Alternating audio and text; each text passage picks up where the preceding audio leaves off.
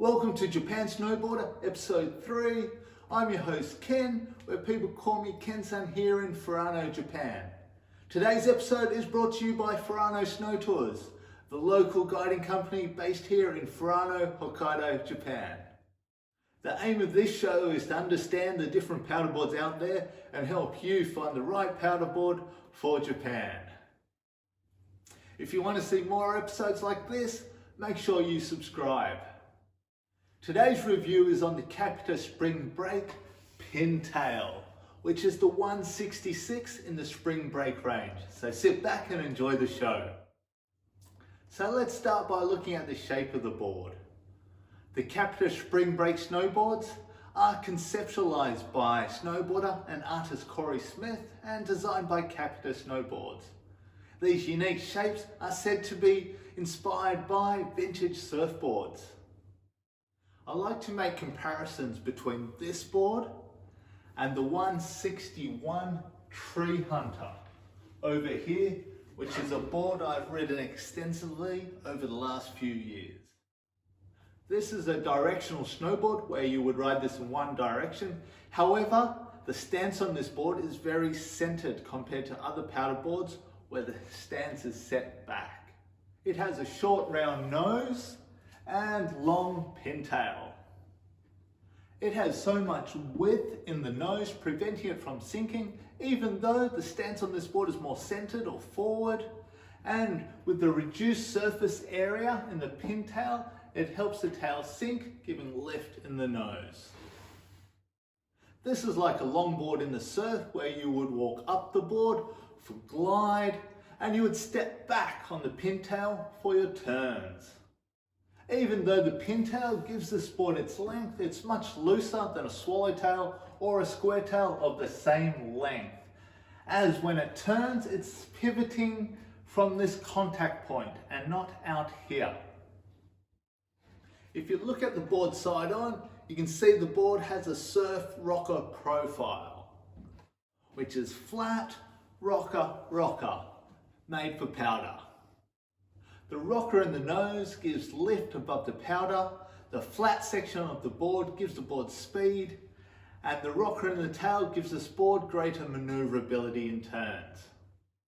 Compared to the Tree Hunter, the flat section of this board is shifted forward, where the rocker starts later in the nose and sooner out of the tail.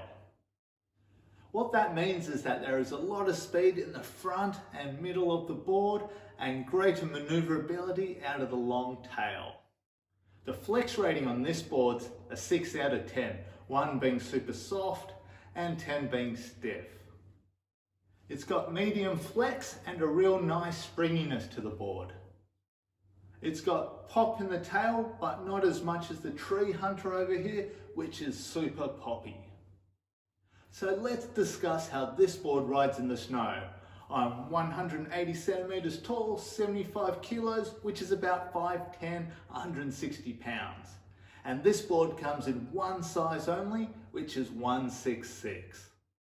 I first rode this board at Asahidake last season in steep, deep powder, and finally rode this board again this season in Furano after a 2-day dump.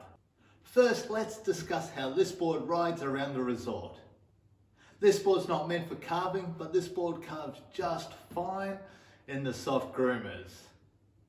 I found this board not that playful around the resort as it doesn't have the same poppiness in the tail like the Tree Hunter over here. This board's better suited for slashing powder on the sides of the groomers or up any side banks. So now let's discuss how this rides in the powder. I won't talk too much about the first day I had on this board at Asahidake, as I took this board out with little thought and understanding, and I expected it to ride like the Tree Hunter over here, which I would say this is not the Tree Hunter 2.0. It has its own personality and characteristics. At Asahidake, it was a super deep powder day, and looking at this board, the nose is really short, and I felt like I just wanted a longer nose to make sure the nose stays above the powder. Having said that, it still handled it fine. Day 2 in Furano, I set the stance back, especially the front foot, as far back as possible, which gave me a similar length nose to the tree hunter. I first took this board in some steeper trees in a nice small bowly area. Without trying to push the board, I let the board do its thing, and it felt great gliding around the trees and up and down the sides of the bowl. In the big open terrain, this board glides fast and smooth. With the more centered weight distribution, wider nose and longer flat area, this board seems to skim on top of the powder instead of through the powder like other boards. Therefore, it creates less friction and more speed. This board just excels in wide drawn out turns as it glides across the face of the mountain. I picked a line between two tight trees and had to continue that same line through another set of trees, and the speed that it projected just blew me away. It's the fastest glide I had, period. It was probably a combination of the board, the snow condition, and the right wax used on the board. Either way, it gave me an adrenaline rush and took me a little bit out of my comfort zone. When it came to riding uneven terrain like pillows, rollers, and drops, this board had no issues with it. With its long pintail and overall length, this board is stable when landing and riding away. When it came time for big sharp turns in open area or quick critical turns in tight trees, this board did it. As I shifted my weight to the back foot, I can sink the tail nicely and get smooth maneuverable turn out of the rocker in the tail. I'm so glad I came across this board. Corey Smith and Capita Snowboards, well done, and thank you for this awesome shape. This is another board that has changed how I look at snowboards and snowboarding. This board's got smooth glide, smooth turns, speed, and stable landing in the powder. The spring break boards are about the simplicity of the design, trying to reconnect with that old school feel of riding powder. But don't get me wrong, these boards are high performance snowcrafts. I recommend this board for advanced to expert riders looking for a more soulful glide and flow in the powder. If you're a surfer and snowboarder who loves riding retro surfboards like a single fin, then this board might be for you. Well guys, I hope you enjoyed and got something out of this episode of the Capita Spring Break Pintail. If you haven't subscribed yet and want to see more videos like this, please subscribe.